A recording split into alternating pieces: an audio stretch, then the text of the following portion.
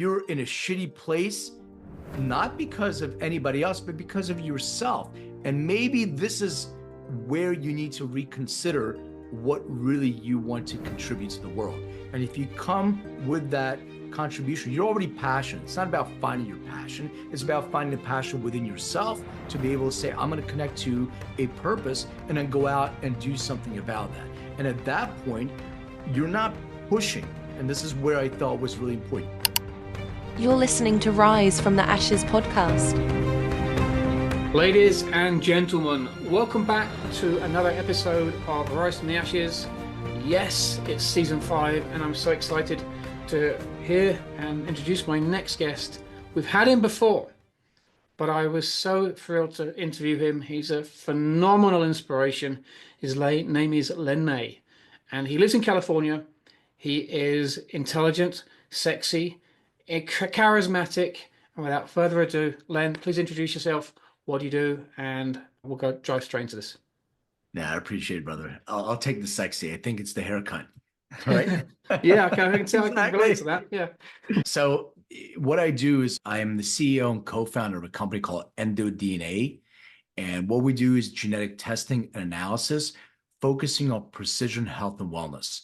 And I'm a big believer that everything starts with your genetics. And the reason why genetics are really important is because it gives you your life's GPS. It shows you where your personal potholes are in your own road, so you can actually take action and be more of a control of your lifestyle to mitigate the expression that you're genetically predisposed to. People always talked about your genes. It's in your genes. Oh, it's in my genes. That's not really true, because a lot of your genes, maybe 20 to 30%, yeah, they're pretty much locked in, or hair color, eye color, skin color, etc. But most of the rest of our genes, we have the power to be able to control the expression. So turn those things on and off based on lifestyle choices. And lifestyle choices can include food that we intake, what supplements we consume, our own neurochemistry, and our exposure to things like heavy metals, pesticides, etc. So if we know this about ourselves,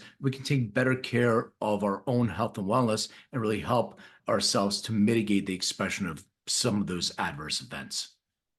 And this is why I love what you do. And it's so complex, or it can be so complex, but actually it's so simple. And it boils down to looking after yourself and not going into burnout, where a lot of these transformations and elevations in lives actually start. In your opinion, Len, why do you think most CEOs, many CEOs, get burnt out? And what does it do to the leadership structures in not just their business, but in their personal lives? Because first of all, there's genetic predisposition. Some people have predisposition to stress reactivity. Some people are predisposed to depressive states, etc. And if you're ignoring those things that you may be predisposed to, you're triggering, and then you're actually trying to mask that. So you're turning to substances, you're turning to other things that may be detrimental to your health. And eventually you just walk off the cliff, and there's nothing you can do about that without knowing that. The other thing is societal expectations about work-life balance. If you're a high-level executive or you're an entrepreneur, there is no such thing as life-work balance. It is everything you do is there, and the people around you that you choose, and I really believe that you choose the people around you, they're either in it with you or they're creating friction in your life. And that friction actually turns all those things on as well. So being able to be comfortable with the stress, comfortable with the work, comfortable with putting in the 14 hours a day, maybe not having that interaction with the family the way you're supposed to based on societal pressures. This is this sort of seesaw dichotomy that you're always struggling with. I want to do this for a family, but really my driver is I want to change the world. You have big aspirations, big dreams. And if you're an executive in a company, there's a tremendous amount of responsibility for you. And you're also responsible for running a business. And there's a lot of people who depend on you that are not just your family members. And I think that type of pressure, if you don't know how to work within the confines of what you're presented, that creates all kinds of different challenges that people burn out fairly quickly with that. And that's a great analogy there. This is coming from an expert in 20, 30 years in the field and has been through pretty much a lot of things and has seen these things within very high developed people. If you're just joining us now and you're going, what the hell is this all about? This is all about burnout. It's called Rise from the Ashes, Burnout to Brilliance. And it's about your stories. And it's about you as guests and as listeners contributing to our future. The movement in America and across the world isn't caused by one person. It's caused and created by collective people on the same page. Rise from the Ashes is about you and your stories.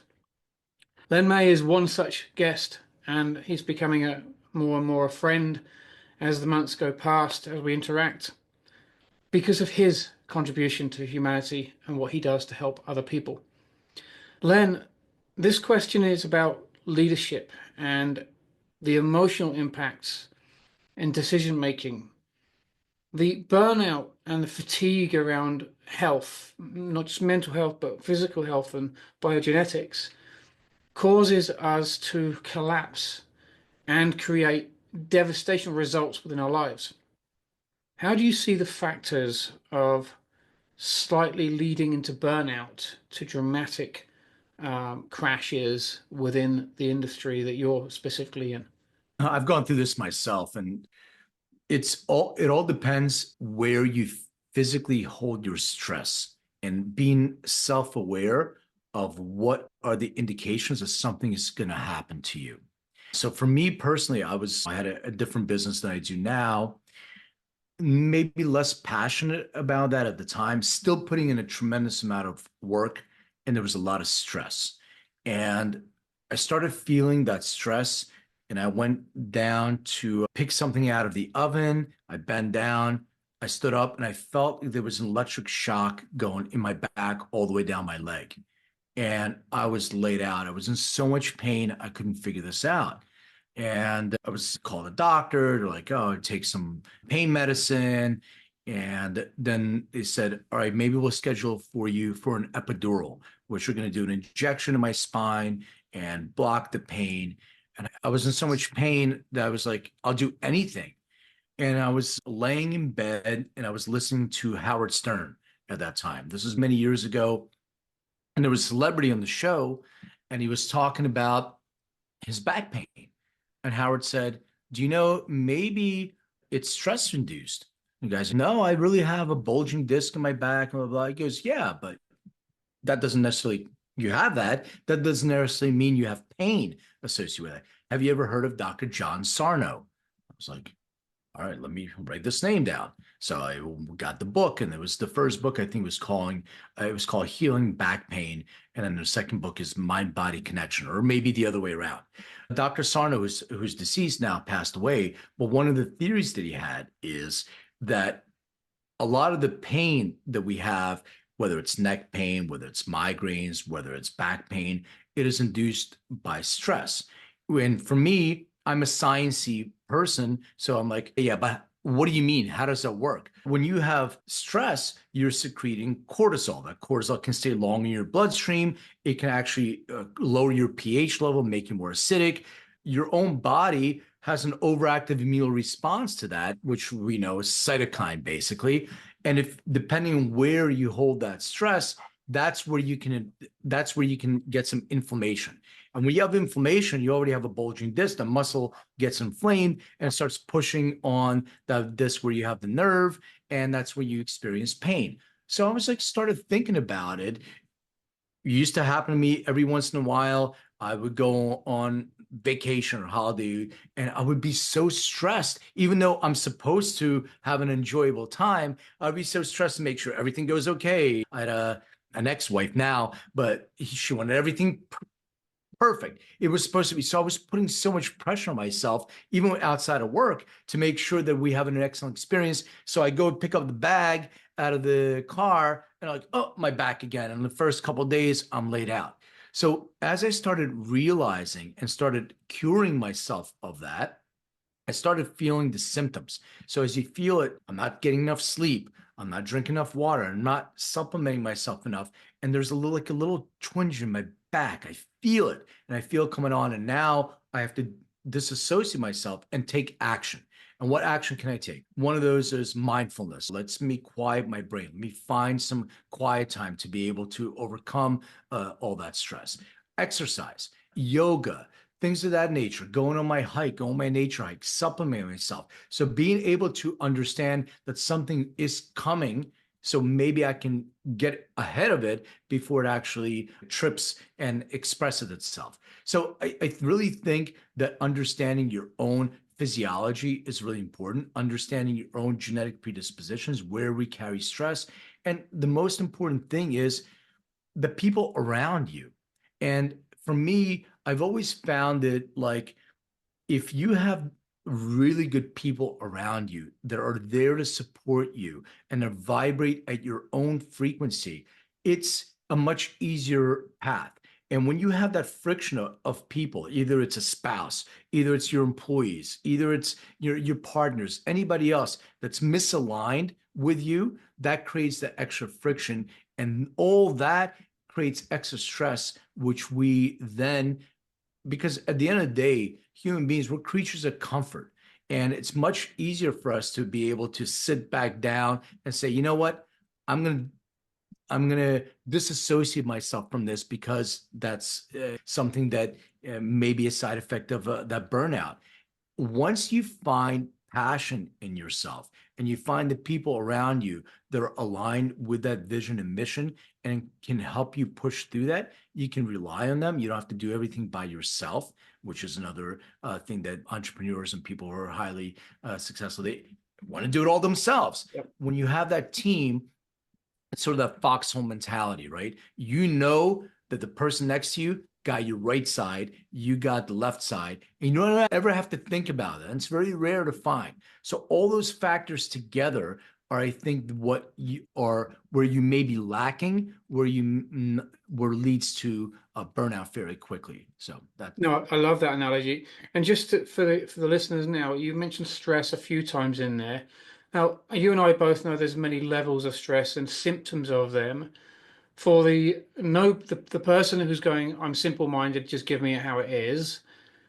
What, in your own words, is the symptoms to stress? You deal with this a lot, and you deal with the emotional and also the physical components and the results of it. What's the most common things you get presented with from high performers? What are the symptoms? It's usually either pain or headaches or poor sleep quality. So those are the things, and each one of them is represented. You can see some of these genetic predispositions. So I'll give you a couple of examples for it. So there's a gene related to stress reactivity. So what that means is it's how you deal with a stressful situation. Some people may experience more anxiety when stressed. And if you have this genetic predisposition, now you may be in a position where you're secreting more neurochemicals that actually activate different things in your body. The second part of that is you may be predisposed to PTSD, so post-traumatic stress disorder. So now if you're experiencing anxiety, if you have the genetic predisposition, it can actually pull that memory from, oh shit, man, this happened to me last month. And you're going in this hamster wheel of bouncing that thought back and forth. So now you're preoccupied with that thought, and that keeps increasing that stress level, keeps increasing those internal endogenous hormones and neurochemicals that are associated with stress. And what that is, if we have a traumatic event in our life, usually our brain stores that traumatic event in our subconscious, unless we have a neurological condition. Under great duress, under great stress, it can bring that memory up to the surface, and you're dealing with something that happened. Like for me, I got hit by a car on my bicycle when I was 9 years old. If I have that slower rate of fear extinction when I'm under stress, now I'm dealing with something that happened to me when I was 9 years old, instead of dealing with the issue that's in hand now. So generational trauma that you had, all these different things, they can lead to the expression of stress. and how it shows up in different people in different ways. Like I was mentioning, there's some people, my mom always told me, she goes, every single disease is associated with stress. So manage your stress, always. And I'm like, yeah, that makes sense. But how? What is the mechanism for that? Because I need to figure that out. And the mechanism for that is there is an actual physical mechanism for that. And there's also, as you were mentioning, Basi, there's also that mental aspect of it, but it's all related to chemistry. You can actually see neurochemicals being expressed. You can actually see your body being out of homeostasis. And when you have that, and which is a balance, when your body's out of homeostasis and out of balance, then your own body is trying to overcompensate for that. So if you're out of balance, your body is going to say, I need to add something here as a neurochemical, which then seesaws you in this direction, up and down. So being out of balance is where I think a lot of people are expressing their stress. And if they have predispositions to things like gut health issues, like IBD, it can actually trigger that. So some people will come back and say, really bad gut health. One is like, the food that I eat, but is it all food that you eat? Maybe some of this more inflammatory. Have you looked at your gut microbiome? No, maybe you should start looking at that. But the more you know about yourself, the better you can help with mitigating the expression of some of these things that you may be predisposed to. But stress can show up in so many different ways, and there's a pattern to stress. And if you're being unaware of that pattern, then you're repeating that over and over. So being able to understand your own body chemistry, your own biomarkers, monitoring things. Sleep is a big one too. When I was talking about stress reactivity, think about it this way. If you are prone to stress reactivity during the day, and you also have a predisposition of bruxism, which is grind your teeth. If you're grind your teeth, you're not getting the really good restful sleep, that delta, that theta quality sleep. But you may be sleeping for 8 hours a night, and you're telling your doctor or your spouse, no, I sleep great. I sleep 8 hours a night. How do you know the quality of sleep is good? Some people sleep 5 hours a night, and they're getting really good REM sleep. 3 hours of that is good restful reset sleep. If you're not getting that good quality sleep, then during the day, you may be agitated, which triggers a stress reactivity. You're still not getting enough sleep because you're stressing, you're grinding your teeth, and you're clenching, and you're on this hamster wheel. So you're never recovering from that, and it builds up over time, and then you can have that crash.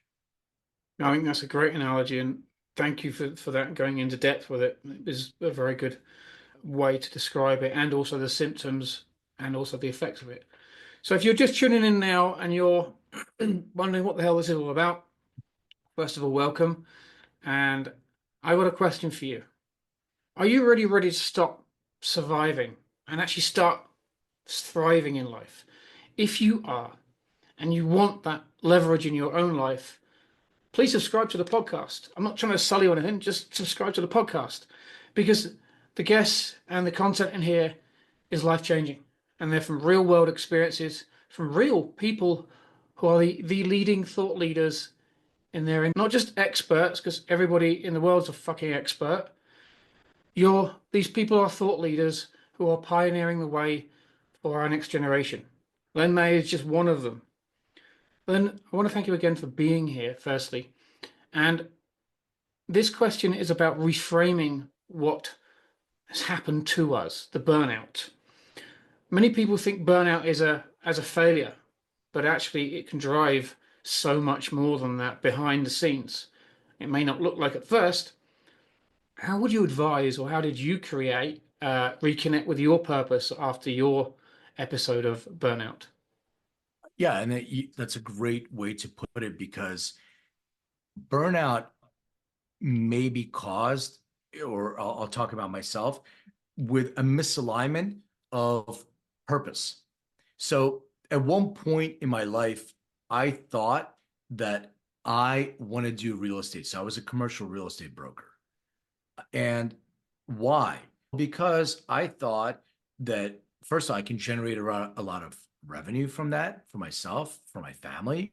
I can create generational wealth for that. But the one thing that was missing is I lied to myself. I was telling myself how much I loved real estate.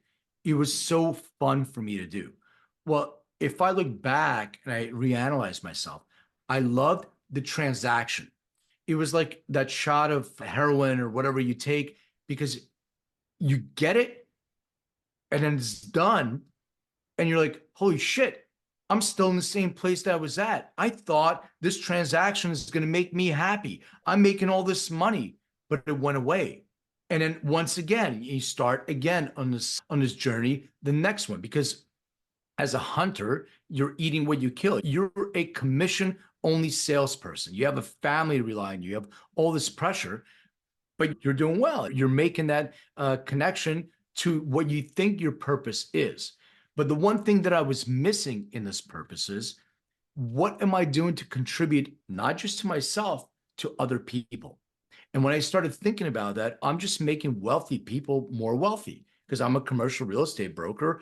Yes. Am I helping people? Sure. I'm helping them find properties. I'm helping them maybe do their 1031 tax deferred exchange, advise them how to save money. But what am I doing for the greater good? What am I doing outside of myself? And I think that was the biggest aha moment I got. When my burnout happened, it was a perfect storm because we had the crash in 2008. So now my clients, I can't get them financing. The second thing is I thought outside of that. I'm going to go to the banks. I'm going to talk to the banks and sell non-performing notes, which I did as well. So I was trying to figure out a way to still continue to help my clients. But these were all signs for me. This was all a thing that am I doing something for a greater purpose that's outside of myself? And when all these things happen, I wasn't aware. I wasn't self-aware enough to say these are signs that maybe I should think about what is that greater purpose outside of myself. And at that time where all this thing went down, that I started going through a divorce, all these at the same exact time. And I believe the universe is telling me this. It's wake up, smack you around, and say, you're in a shitty place, not because of anybody else, but because of yourself. And maybe this is where you need to reconsider what really you want to contribute to the world. And if you come with that contribution, you're already passionate. It's not about finding your passion. It's about finding the passion within yourself to be able to say, I'm going to connect to a purpose and then go out and do something about that. And at that point, you're not pushing. And this is where I thought was really important. You're pushing real estate transaction. You're pushing, and you can still be successful pushing, but it's much easier when you're being pulled by something. And when I found that, okay, I can actually really help people. Yes, it's going to be difficult because I'm going after big pharma and doctors. Yes, I want to change the landscape, but because I'm being pulled by the purpose, and then that purpose that I'm being pulled with is reinforced by feedback. And what I mean by that is when I'm meeting a person that says, hey, I wasn't able to walk until we did a DNA test and we got a protocol. And now look at me, I'm cleaning the kitchen. All when you get into personal stories, it's Tony Robbins saying, one of the things I do when I help people is it's selfish in a way because I get so much more back, which motivates me to do more, which motivates me, which gives me the feedback. That cycle of being pulled and getting the feedback, it fills my cup and allows me to maintain that passion. It's still hard. It's still that work-life balance. All that is still happening. But because you're driven by something greater than yourself, that's what I think is the difference between where it was and where it is today. And that's a great analogy, I think, that Len. It's a state of, I would describe like flow. So it's a perpetual state of receiving, giving, but it's an equal exchange. And when you come to that state of awareness, it doesn't become a job, it doesn't become work, it just becomes a lifestyle where that flow is always there and you're always filling up your own cup with your good deeds, with inspiring others, but equally you're giving that exchange. And that's a beautiful analogy of that.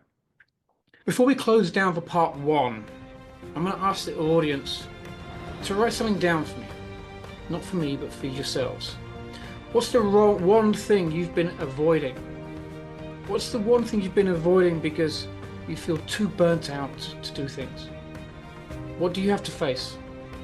And what would you finally feel when you faced it? Because that, my friends, is freedom. So my parting words for this part of this show is face your fears and find your freedom. We're back very shortly with part 2 for myself and Len. I'll see you very soon.